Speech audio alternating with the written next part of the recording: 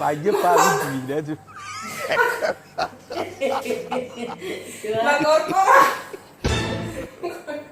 Magorgora.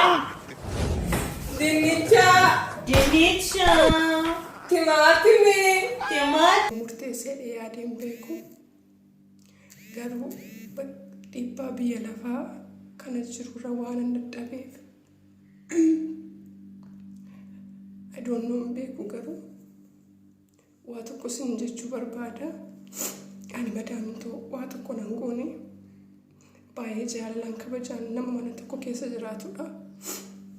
Garuu dhiibbaa biyya lafaa jiru kana waan hin dandeenye murtoo murteeffadheen qaba.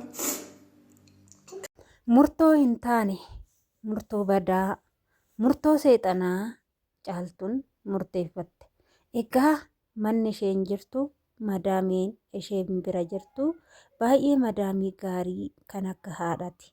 Haa ta'u garuu isheen immoo sa'aatii kanatti murtoo hin taane, murtoo fudhatama hin qabne murteeffatteerti. Kun immoo murtoo shamarran kamiifuu murtaa'uu hin qabnedha. Egaa shama harka fuunee kabajamtootaa fi daawwattootaa hordoftoota keenya nageenyi koo kan jaalalaa fi kabajaa bakkaa fi lafarratti isiniif haa baay'atu jecha. Egaa caaltuun manni isheen jirtu shamarran gola madaamii baay'een ani madaamii bineensa biran jira. Mee madaamii tana xiyyata sheer godhadha viidiyoo tanaa. Mee yaa rabbii madaamii akka caaltuu naaf kenni jedhanii kan kadhatan baay'ee isaantu jira. Anuuyyuu bakka hin jirutti gaafa viidiyoo ishee ilaalu baay'ee tokko natti tola. Maaliif jennaan madaamiin akkana eessattuu hin argamtu waan ta'eef.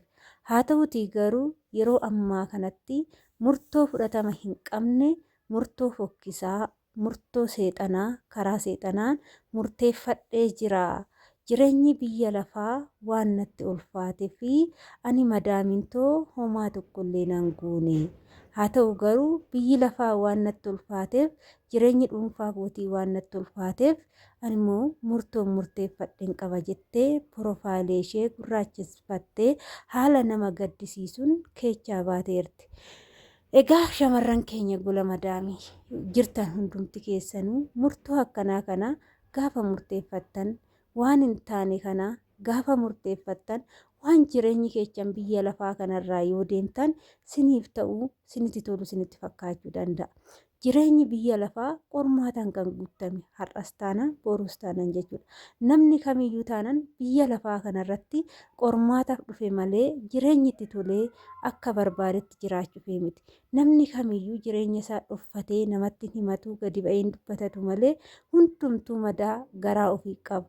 Madaa garaa ofii kanarratti immoo borummoo naman ta'a, nan jijjiirrama, kunis hin darba jedhanii gad of qabummaadhaan ijoolleen hedduun kan dalagatan baay'eetu jira jechuudha. Egaa ani murteen caaltuun murteeffatte kun karaa sirriidha, karaa dhugaadha warroonni jettanii yaaddan. Mee maal jettu isin koomentiidhaan? An akka mataa kootti akka waliitti jechuudha. Qabeenyi biyya lafaa dhufaadha darbaadha. Biyya ormaatittis hojjedhu, biyya keessas hojjedhu, gaafa feete sii dabarti, gaafa feete sitti dabarti jechuudha. Hanga feete hojjettu, hanga feete xaartu, bakka garaa keetii akka garaa keetii ta'uu hin dandeechu. Sababiin isaa biyyi lafaa 9 malee 10 miti waan ta'eef. Kanaafuu Waaqayyoon immoo lubbuu ofii isaatii uume ofii isaatiif iyyuu guyyaa eeggatee ni fudhata jechuudha. Namni biyya lafaa kana gubbaarratti hafuu hin jiru. Hunduu dabareedhaan gaafa waamicha Waaqayyoo ni deema jechuudha. Haa ta'u garuu ofiin muddamanii waan hin taane gaafa murteeffatan rakkoo hamaa ofirraan gahuu danda'ama jechuudha. Rakkoon kun osoo namarra hin gahin immoo murtee hin taane ofirraan gahuu irra murtee hin taane irraa bilisa ta'anii fayyaa ofii guutuudhaan osoo jiraatanii qabeenyi haa badu. Wanti hundumtuu haa badu jechuudha. Dhugaan akka kootitti jechuudha. Wanti fedhe haa dhabamu, wanta fedhes haa dhabu.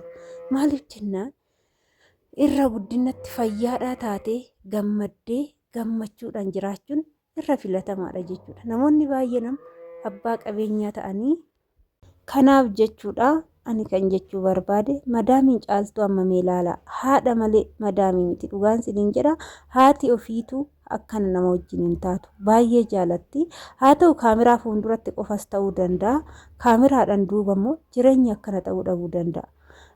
Oduma ta'uyyuu immoo kaameruma irrattuu akkanatti gammadanii wajjin jiraachuu viidiyoo babbareedaa wajjin hojjechuun madaamii faana akkanatti gammachuu qabaachuu jechuun baay'ee guddaadha jechuudha. Madaamiin akkanatti nama wajjin qoostu kan nama wajjin qalladdu kan nama wajjin taphattu hin jirtu. Isa kanarratti immoo jireenyi biyya lafaa yoo sitti ulfaate iyyuu madaamiin ati bira jirtu sun garaas nyaachuu qabdi. Sababiin ishii aarsaa guddaa si wajjin kaffalaa jirti. Si wajjin gadditi, si wajjin kolfiti, si wajjin taphatti akka daa'imaatitti jechuudha. Dhugaan viidiyoo kee yoo ilaalu viidiyoo caaltuu yoo ilaalu yeroo hunduma isaatu imimmaantu na qaba jechuudha. Kanaaf shamarran keenya gizee tokko ji'a tokko keessa seexanatu dhufa natti fakkaate jechuudha. Seexana fakkaa waan hin taane godhi karaan taane deemi shaggaadha karaan kun namaan jedhu. Kanaafuu waaqayyoon keessanitti garagara yeroo hundumaayyuu natti tole jireenyi kiyya guutuudha jettanii akka barbaadan taa'ina.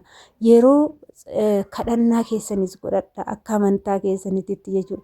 Yeroo hundumaayyuu fakkeenyaaf gola madaamii keessa jiran hojii madaamii yoo maffixee tiktookii gubbaarra ba'a. Hojii madaamii yoo maffixee viidiyoo hojjedha jettanii yaaduu osoo hin taane hojii madaamii yoo fixe jalqabarratti kadhannaan godhadha. Tsalootiin godhadha. Saniin booda immoo saatii akkanaa immoo kanan hojjedha jedhaati gola madaamii keessatti karoora baafadhaa malee oluma kaatanii akka isinitti fakkaatee fi karaa isinitti fakkaate hin deemna yoo jettanii kadhannaa yoo dagattan waaqayyo irraa yoo fagaattan karaa seexanaatirra deemutu dhufa jechuudha. Kanaaf yeroo baay'ee sa'aatii dheeraa waaqayyoodhaaf yeroo kennuudha. Sagalee waaqayyoo dhaggeeffachuudha. Sammuun ofii yoo biizii nama ta'e namni yaada hin qabne hin jiru. Namni sammuun isaa biizii hin taane hin jiru. Namni immoo haalli jireenyaa akka inni yaadatti deemuu fi didee akka inni karoorsetti ta'uu fi didee akkanan godhadha jedhee wanti sun immoo ta'uu didee karaa sirrii dhufuu fi didee rakkoo gurguddaa keessa galan ijoollee hedduudha jechuudha. Hunduma keenya jechuudha dhugaa dubbachuudhaaf wanta nu karoorsine yookaan immoo wanta nu yaanne odoon taane wanta bakka karaa nu beenne qormaanni nutti ba'an amma walee teessan jechuudha. Qormaanni irratti hin kufne hin jiru jechuudha. Qormaata na gaha yookaan immoo qormaanni kun na mudata jedhee yaadne gaafa biyya ormaatii galus qormaanni kun na mudata yookaan immoo wanta akkanaa kana nan ta'a jedhee guyyaa takka yaadeen beeku jechuudha. Garuu ergan biyya ga'ee qormaataan guyyaa takkitti narra ga'a jedhee yaadnetu narra ga'e jechuudha. Qormaanni bakka namni qoramu immoo nama ijji waaqayyoo irra jiru yeroo hundumaa nama waaqayyoon ilaalu malee namni yeroo hundumaa jireenyi isaa guutuu ta'e eetu akka barbaadetti jiraatu nama waaqayyoon hin argine jechuudha. Namni waaqayyoon argu qoramuu waanuma jiru waan ta'eef gizee qormaanni isinitti dhufe murteen taane karaa seexanaatti murteeffattanii Profailii keechan gurraachessifattanii gadditanii lammataan asitti hin deebi'u. Kun viidiyoo kiyya sadhumaati.